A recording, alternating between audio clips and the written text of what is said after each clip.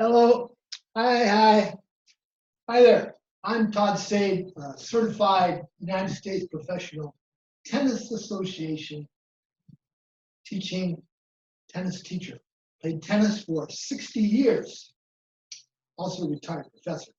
I'm going to show you four forehands as taught to me by national clay court champion, touring pro Nick Carter, and by a tennis coach at the University of California, Santa Cruz, Bob Hansen. His forehand, what he taught, one from YouTube and one from the United States Professional Tennis Association teacher. So first thing, I'll show you the little warm-up that we do, USPTA for tennis. Up and forward, just learning, you play 20 times, crossing the feet over, 20 times forward and back. 20 side kicks as high as you can go. 20 arm rolls forward, 20 back. 20 trunk rolls left and right. Legs crossed over, and as far as you can. Legs crossed over the other side, and over, hamstrings, running, half, hold onto the wall, push forward, one knee forward against the wall, back of the calf stretched to the side. 20 practice service swings. Control your wrist like this, get your second serve wristy thing going. And bounce the ball, bounce it on the racket, forward, up, front, back racket, bounce it on the edge of the racket, the ball. A little difficult, and ready to warm up and walk on the inside of the sides of the feet, and on the outside of the feet, walk a little bit to stop the ankle turns. The first thing is the grip. This is the butt of the racket. This is would be called, like in this position, this would be called the rear plate. Take my first knuckle on the base of the first finger. I center it on that rear plate. That's the Eastern standard grip used by most players. And I get in a ready position like this. Some players, Baron Borg, Jimmy Connors, use a semi-Western. So they're turning it a little to the left, rotating right to the left, and hitting the knuckle on the lower right bevel, sending that base knuckle there. Hit a little more, hit it more in front, hit a little more top spin that they use. It's a powerful shot. But the Western grip is more better on low balls and high balls. Most common grip in tennis. It's great. Good. On the backhand, rotate the racket, quarter turn to the right, clockwise, palm on top, the top plate, and take it back, both hands, go backhand. So it's the ready position, slightly flexed, balance a glass of water on your head, imagine that for balance, and ready position on your toes a little bit, balanced. Okay, so first one of Nick Carter, racket back, step forward, pit. Pretty simple. Yeah. So, but you can have a bent arm or a straight arm, depending on the body type and whatever fits you. It's a powerful shot. He had many ranking players, famous coach. Okay, the other one, the second one that would be from Bob Hansen, University of California, Santa Cruz. Get your sideways turn, racket head high, step out, left foot 45-degree angle. Just let the racket drop, hit the ball on the rise, and hit your forehand like that. A very solid feeling shot. Okay. The other one from the USPTA. Have your elbows out like this. And this is really good for high balls. High ball is not easy to hit. You can't get your legs so much. This one, you have your elbows like this. Kind of necessity. When you turn, it kind of makes you get your total rotation for the high balls. Keep your elbows out to line up the ball and get those. Hunter Gonzalez had 112-mile-an-hour forehand. He would racket back like that. He would pretend he's pulling on a belt a bell cord. There's a bell behind you. It's pulling that cord. Boom. And on the front foot, coming up on the toes on the back foot. Weight on the front foot, on the hip. Watching the ball and not moving the head to see where it goes. You line the ball up with your forearm as it comes in, and as you come forward, you're lining it up so you get a nice solid hit, and you're lined up. Early preparation, before the ball hits there, the racket has to be back as soon as it crosses the net. Okay. And when they have on YouTube, like Roger Federer, called the perfect forehand, many points. Many of the modern players use this. Ready position, the racket up, get higher, so always holding the left throat, left hand on the throat, ready position. And when you rotate the shoulders sideways to get ready for the shot, you're leaving your hand on the racket to get pushed back. And then when you come forward, you have the butt of the racket pointing at the ball, and you're hitting a straight arm. And I saw it taught two ways on YouTube. You have a 45-degree angle, your foot can come up, back foot, the right foot, or it can stay there. You can fan your follow through like this and get topspin, or the one tape they showed, like Federer and all those players use. They're hitting out in front with a straight arm, and they're wrapping it all the way around, way around, and maybe way around by the shoulder at different height. So it's a nice loose arm, relaxed. And this arm, the left arm, after lets go of the racket, counterbalances. So you get the pivot, you got the kind of tracking the ball and you're pivoting like that. So those are the basics, some forehands to try. On the backboard, ball bounce twice to simulate the court, and you can move in and hit volleys with no backswing. Just pop, tap the ball in front of you, lean, practice volleys, and serves on the backboard. It's an intensive workout. Okay, on the backhand, ready position, racket turns a quarter turn clockwise to the right, so the palm on top of the handle. Bring it back, both hands. You want to do two-hander like a lot of guys. Pete Sampras said he was glad he went to the one hand. He won 14 slams. Racket back, maybe head high like the Wawrinka one, or Federer. At the end of the ball and place on the front foot. Take it out in front. You want it cocked up, you want the racket down a little bit more powerful here. And then a big old fall through, around and up off to the side with that power backhand like Wawrinka or Federer. Or it might become more like this, straight up or down the line. Common, you're going to be down the middle or across the court and around. So that's the regular flat backhand. You can also use the elbows outward in USPTA. You can try this one. It forces you to get a good topspin shot. You keep the elbows out, and that's a nice little backhand you can try sometimes. And I saw once where if you go into the hitchhike position on your thumb at the end, you get a little extra. Some pros might do that, get a little extra power. And on the forehand, more power just falling through long. Okay, those are the constructs. You want to hit the ball deep, but not too close to the baseline. Percentages from the baseline to the service line is no man's land. You want to hit the ball halfway into no man's land, somewhere in that area between the baseline and halfway into no man's land. That's a percentage shot. They on board with it almost in the middle of the court, the big topspin. But how many see the players hit more deep because they don't want a short ball for the guy to come to the net and then the point quicker?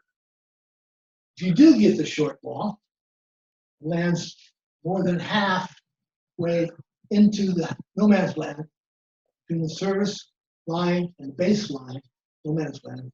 If you hit the ball, the ball comes to you and it's not in the back half, the baseline half of no man's land. So it's like a short ball between the middle of no man's land and the service line. That's a short ball you want to take the net commonly. So you can commonly, you might want to hit a slice. So the slice is high to low to high. It's like a U with the forehand slice. You can use your same forehand grip, kind of run through it, and you run into the net as you hit it. Maybe chest high. That's one way. Or if it's lower, you might want to just hit a regular shot, flat or top. On the backhand, same thing. I want to get my shoulder down into it for the approach shot, and with the U, slice backspin. Not too much, firm wrist. Come up here and get the slice. Just down. Somebody said 17-degree angle on the racket face. I don't know if it's that technical as far as that goes, but the bracket is doubled slightly to get the slice and come back up. Okay, so that's approach shots on both sides. So you approach, how many might go down the lines, for example, on the back end. This forehand, when I run to the net, I bisect the possible angles, the angle of the possible returns. So I'm ready to cut off the return. First one, I want to go maybe deep to a corner and close into the net and hit a low punch volley into the service corner for the winner shot on the second volley. That's one strategy. Just depends where the ball comes. On a low volley, okay, the grip is a continental.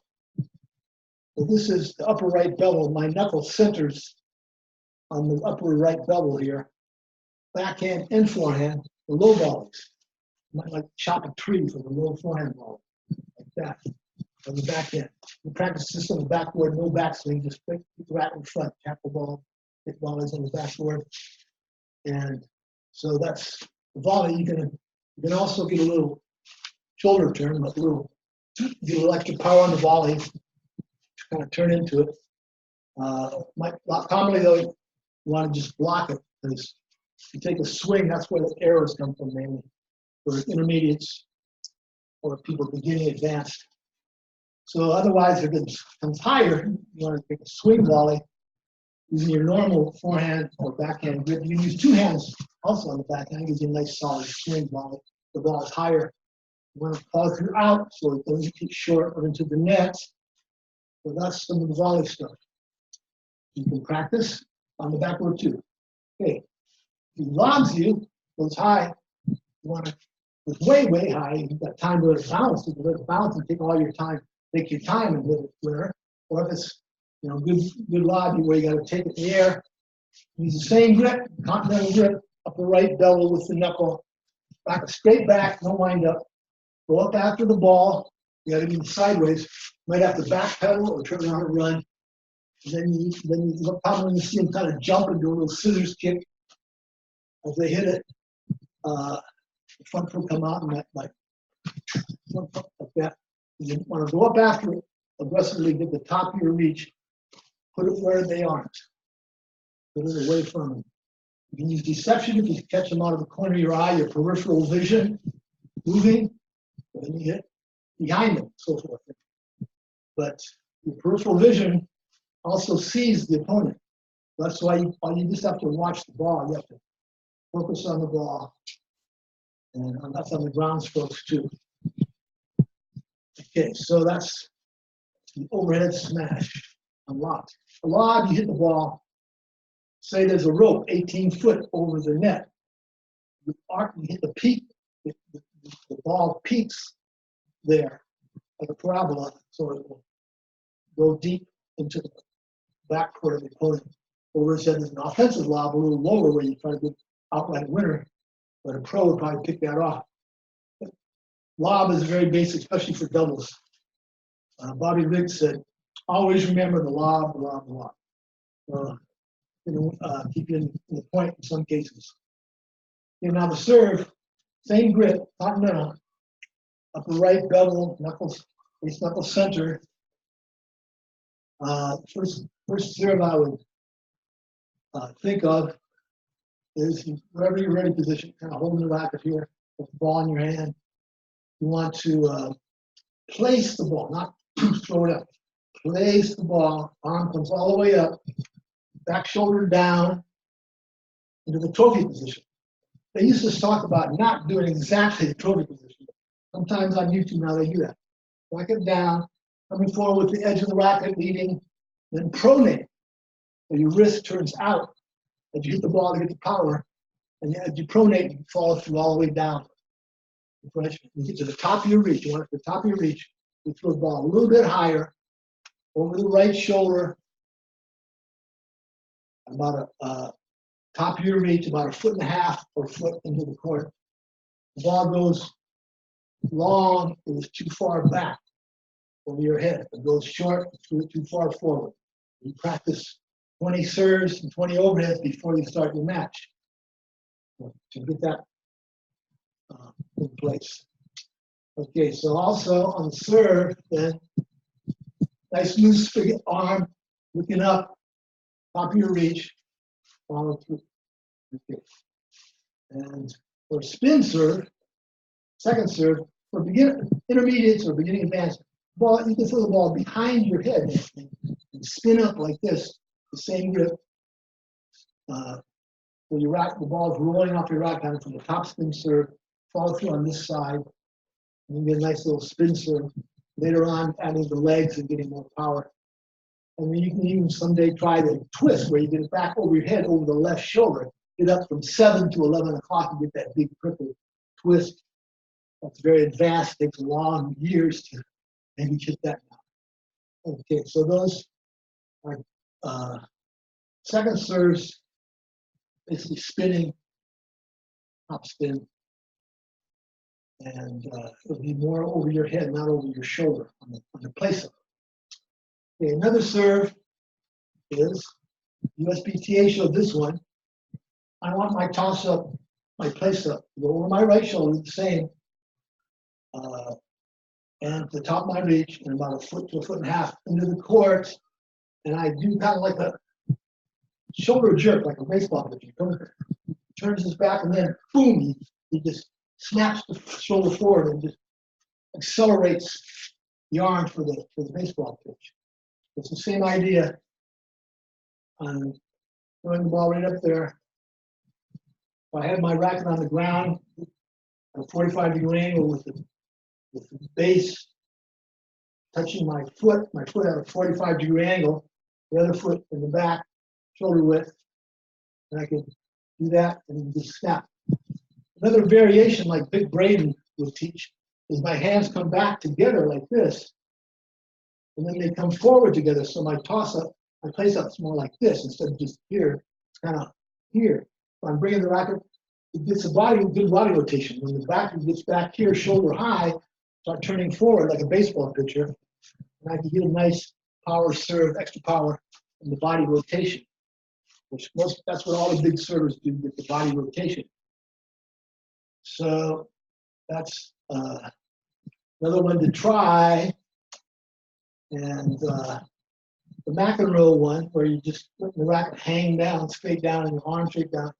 He had a bad back, so he used this one, and it's more a straight arm almost. He would corkscrew into the ball with his power. That's not going to have as much power as some of the others. The last serve I would mention, Roscoe Tanner at a national convention for tennis teachers. Roscoe Tanner had 140 mile-an-hour serve. He was a U.S. Open finalist, maybe one U.S. Open. He was a touring pro, top 10. He's taught just a very short toss right here, just to the top of your reach. The ball just goes right there, exactly to the middle of your racket. And the racket's extended all the way up. You start right here, you don't have to bring the back down here like McEnroe. You start right up here like Ivanovic, Ivanovic, stuff like that. Czechoslovakian guy did this, and it's a shorter toss in a way, so you have to accelerate more. You get a big power shot. He said to do it at 40 love. So it's a little less of a percentage shot possible. So those are the serves you can try. Just throwing the ball, practice, warm up, throwing the ball, throwing the racket, and then doing the place-up and the toss-up, and then practicing the serve on the backboard. Get a basket full of balls a couple times a week or more if you have time, and give yourself 6 months to get the new shot down, try it out. And then the mental, of course, a lot of people can hit the ball as well as the pros even, but the mental game, so that you need to work on. So that's a matter of just concentration. You can meditate. There's a book, Inner Game of Tennis by Tim Galloway. There's many psycho-cybernetics, many kind of mental things to do for the tennis. You know, have a good attitude, be a good sport, and we try to improve. That's the main game. And have fun, get exercise, get social, all those things. And watch the matches on TV, on YouTube, get that mental image, and you'll play a lot better just watching a pros play. Get that timing gets in your mind and visual, so you can do it. So those are some of the highlights of 60 years of playing tennis. I'm still playing. And so you can play till you're 98, like the King of Sweden, Gustav V, and maybe the most accessible, healthy sport for people of all ages, possibly. As good as any, for sure. Okay, thank you very much for your time. Never quit.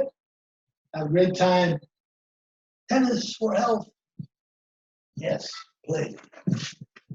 The play is the thing, they say. So play.